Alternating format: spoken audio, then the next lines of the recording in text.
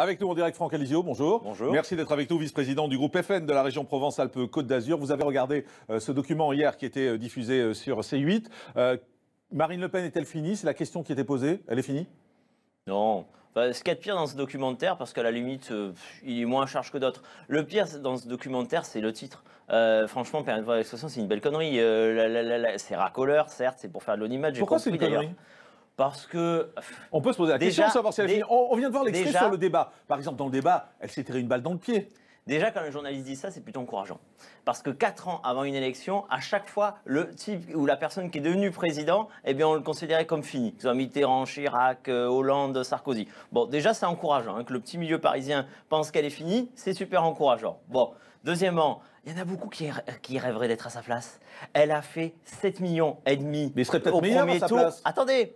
Et après le débat, vous me parlez du débat, et après le débat, elle a gagné 3 millions d'électeurs puisqu'elle passe de 7,5 à 10,5. Oui, c'est pas donc après le débat, c'est entre les deux tours. Eh bien, malgré le débat, elle gagne 3 millions. Bah oui, mais beaucoup aimeraient être à sa place. Mais elle était très mauvaise dans le débat, on est d'accord. Troisièmement, on est d'accord. Troisièmement, un an après, on refait le match avec ce sondage et elle est la seule à gagner des points dans l'opposition. Vous avez évoqué qui divise par 2 les voix qu'avaient les Républicains. Bah, vous avez les autres, donc ça veut dire que la seule opposante, la seule alternance possible, c'est Marine Le Pen. Donc ça veut dire qu'elle n'est pas du tout finie, puisque un an après, elle est l'alternance. Mais vous êtes d'accord avec moi qu'elle a été très mauvaise dans le débat? Ce débat, c'est pas ce qu'elle a réussi de mieux. Mais elle a été très mauvaise. Mais ce n'est qu'un débat. C'est sûr que vous le pensez. Parce que je pense pas qu'elle a été très mauvaise. Je l'ai vu, ce débat. Je pense pas qu'elle a été très mauvaise. Il a été mal préparé, c'est vrai. Il aurait pu être meilleur, c'est vrai. Je préfère une candidate qui rate un débat plutôt qu'un candidat qui avait traité les ouvrières de Gad quelques mois auparavant au cours de la campagne d'illettrés. Voilà. Et ça, c'est Emmanuel Macron pour ceux qui n'ont pas suivi. Tout à fait. La référence. Sur Marine Le Pen, on voit qu'aujourd'hui, elle a du mal à reprendre la main. Franchement, elle a été sur France 2, par exemple, dans l'émission politique. Elle a fait son pire score, le pire score de l'émission. Il y a un truc qui s'est cassé pendant ce débat. Je pense pas. Je pense pas. Les scores des émissions politiques en ce moment, c'est que personne ne s'intéresse à la politique. On est en année blanche. Donc, de manière générale, les audimats ne sont pas terribles. Maintenant, Marine Le Pen a réussi ce qu'on appelait la refondation. C'était compliqué de réussir ce qu'on appelait la refondation, de passer du Front National au Rassemblement National. Depuis 10 ans, on ne jette pas le bébé avec l'eau du bain. Depuis 10 ans, elle a pris un parti à 17%. Elle l'a rendu à 34%. Elle a eu une rupture avec l'ancien président du Front National, qui était son père, qui était compliqué à gérer, et elle a réussi à la surmonter. Et maintenant, elle doit gérer Marion Maréchal Le Pen. Donc en fait, elle enchaîne les emmerdes, quoi. Alors, autant Jean-Marie Le Pen, je pense que c'est plutôt terminé. Autant Marion a clairement dit, et j'étais dans son staff de campagne, j'étais élu avec elle, je la connais assez bien. Elle a véritablement quitté la politique pour élever sa petite fille. Mais depuis quand on croit les politiques? Depuis quand les politiques disent la vérité? Laissez-moi finir. Elle s'est véritablement lancée dans un projet professionnel. Maintenant, elle n'a pas dit qu'elle faisait vœu de silence et qu'elle rentrait au couvent. Donc, elle s'exprime en politique, d'accord. Maintenant, vous surestimez peut-être le monde politique. Elle n'a peut-être pas envie, au final, de revenir en politique. La politique, c'est peut-être pas si génial que ça. Et il y a une vie en dehors de la politique. Donc, on verra. Évidemment, lorsqu'elle participe au débat public, notamment à Washington, c'est un plus pour nous, parce qu'évidemment, ce sont nos idées qui rayonnent à travers Marion. Mais moi, j'ai vu Marion et Marine bosser, discuter ensemble pendant des années. Ce n'était pas du tout l'impression que j'avais de gens qui se tiraient dans les pattes. Il y a une vraie complicité entre elles. Je suis désolé de le dire. Je suis désolé de faire de la peine aux journalistes. Vous ne faites pas de la peine aux journalistes. On va y revenir dans un instant. On va revoir un extrait du document d'hier qui a été diffusé sur C8 où plusieurs spécialistes en fait expliquent que, au fond, Marine Le Pen n'avait peut-être pas envie de réussir. Marine Le Pen n'avait peut-être pas envie d'être élue et d'être présidente.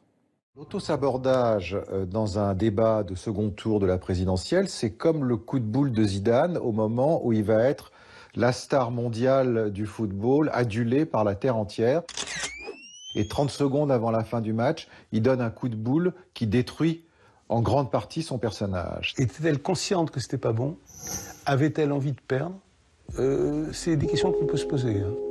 C'est un acte manqué réussi et qu'en définitive, cette première place, je suis pas certaine qu'elle la voulait tant que ça. Peut-être qu'elle s'est dit, je suis juste devant l'obstacle et je suis comme un cheval qui renacle, je saute pas la haie. Elle n'est pas sûre d'avoir envie, elle n'est pas sûre d'avoir envie de faire de la politique. Elle n'a pas un appétit fou pour la politique. et elle n'est pas sûre d'être capable. C'est-à-dire que si jamais elle gagne, elle n'est pas sûre d'être compétente. Ça l'angoisse, elle pense qu'elle ne peut pas y arriver. Il y a des mécanismes complexes qui se mettent en place de façon tout à fait inconsciente quand on n'est pas sûr d'avoir envie d'arriver là où on est, ou quand on pense inconsciemment qu'on ne le mérite pas. Moi, je suis le challenger. J'ai tout à gagner. C'est lui qui a tout à perdre. Alors, après ce naufrage en direct, Marine Le Pen peut-elle rebondir? La politique est-elle sa vocation? Est-elle vraiment faite pour ça? Franck Alizio, vice-président du groupe FN de la région Provence-Alpes-Côte d'Azur, ils le disent tous là. Elle ne voulait pas, au fond. Elle ne voulait pas être présidente. Et on disait la même chose de Jean-Marie Le Pen aussi. Tel père, telle fille. C'est le passage du documentaire où je me suis dit tiens, je n'ai plus une émission de politique, j'ai une émission de psychanalyse. Donc tous les journalistes de Paris sont psychanalystes. Bon, génial. Ok. Bon, Vous l'avez vécu de l'intérieur. Moi, je ne suis pas psychanalyste. Maintenant, si la question c'est est-ce que Marine Le Pen est comme la plupart des hommes politiques, c'est-à-dire que c'est une femme de pouvoir pour le pouvoir, la réponse est non. C'est vrai, elle ne fonctionne pas comme ça. Mais est-ce qu'elle se sentait à la hauteur? Direct, elle ne fonctionne pas comme ça. C'est quelqu'un qui humainement vaut le coup et c'est quelqu'un qui fait les choses par devoir. Donc évidemment que le devoir et l'envie pour l'envie... C'est important ce que vous dites, par devoir donc par obligation. Par devoir pour son pays, donc par obligation. Par devoir pour son pays, par devoir pour ses idées. Mais on devrait faire la politique par devoir. Par devoir pour faire gagner ses idées. Non, excusez-moi, par devoir, ça veut dire par obligation. Donc ça veut dire qu'au fond, devoir ne veut pas dire... C'est pas son choix. Devoir ne veut pas dire obligation. Bah oui, quand vous avez un devoir... Non, on devrait faire la politique par devoir, pas par plaisir, pour la C6, pour l'hôtel particulier, pour le pouvoir. Ça, c'est quelque part, c'est la différence entre... Enfin, je ne veux pas rentrer dans... faire de la psychanalyse à mon sens, mais c'est une obligation pour elle. C'est une femme, elle a une manière différente de faire la politique que les hommes qui sont là pour la guéguerre de je vais... Non, elle le fait pour son pays et pour ses idées. Voilà. Maintenant, elle ne rêve pas tous les matins de l'Élysée pour l'Élysée. Elle rêve de l'Élysée pour appliquer ses idées. C'est totalement différent. Elle le fait par devoir. Donc évidemment que ça peut paraître bizarre, mais moi je trouve que c'est plutôt ça. Elle le fait par devoir et donc pas par choix, et donc pas par goût, c'est un devoir. Elle estime qu'elle a un devoir de le faire. Et est-ce qu'elle peut estimer qu'elle n'était pas à la hauteur de la tâche? On choisit son devoir. Mais non, quelqu'un qui se bat depuis 10 ans dans les conditions où elle se bat, elle aurait pu lâcher depuis bien longtemps si c'était pour elle un cauchemar. Franchement, elle aurait pu lâcher, elle aurait pu se mettre en retrait au lendemain de la présidentielle, par exemple, et dire je laisse, j'envoie quelqu'un à moi diriger le Front National. Elle est restée parce qu'elle y croit. Est-ce qu'on peut imaginer qu'elle laisse la place à Marion Maréchal Le Pen? Je vous ai parlé de Marion. Est-ce qu'on peut l'imaginer Marion, elle n'est pas... Qu'elle l'appelle pour lui laisser sa place? Non. Estimant qu'elle est peut-être... Non, sinon elle aurait claqué la porte au lendemain de la présidentielle. Donc clairement, non. Vous y croyez toujours en Marine Le Pen? Mais oui, évidemment. Sinon, je ne serais pas là, sinon je ne me battrais pas avec elle. Mais évidemment, parce qu'on se bat derrière pour des idées. C'est pas foutu, c'est pas foutu. Mais non, parce que le pire dans ce débat-là, ce fameux débat, c'est qu'on n'a pas posé les vrais problèmes de la France et des Français. C'est qu'on ne parle pas pouvoir d'achat. On a parlé de... C'était de la mousse, mais le pire, c'est qu'elle était noyée dans les dossiers. Aujourd'hui, c'est qu'elle était à côté de la plaque, c'est ça. Mais parce qu'on ne posait pas les bonnes questions non plus. Vous voulez pas faire les questions et les réponses aussi? Radical, on ne parle pas d'islamisation, qui veut dire plus de racisme anti-blanc, plus d'antisémitisme, plus d'homophobie. C'est tout ça contre lequel elle se bat et c'est pour ça, et c'est ça qui l'anime, c'est ça qui lui donne envie, c'est de sauver son pays et de mettre en œuvre ses idées. Donc ça peut paraître différent des autres, mais c'est ça, voilà. Et c'est ce qu'on appelle le devoir, mais on choisit son devoir, on choisit de se donner une mission. Donc, elle le fait au nom de ses électeurs aussi, au nom des gens qui croient en elle et qui croient en ses idées. La prochaine fois, il faudrait écrire la question des journalistes, on gagnera du temps.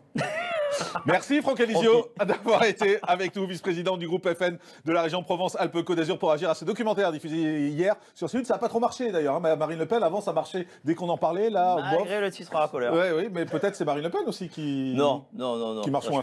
Merci d'avoir été avec nous.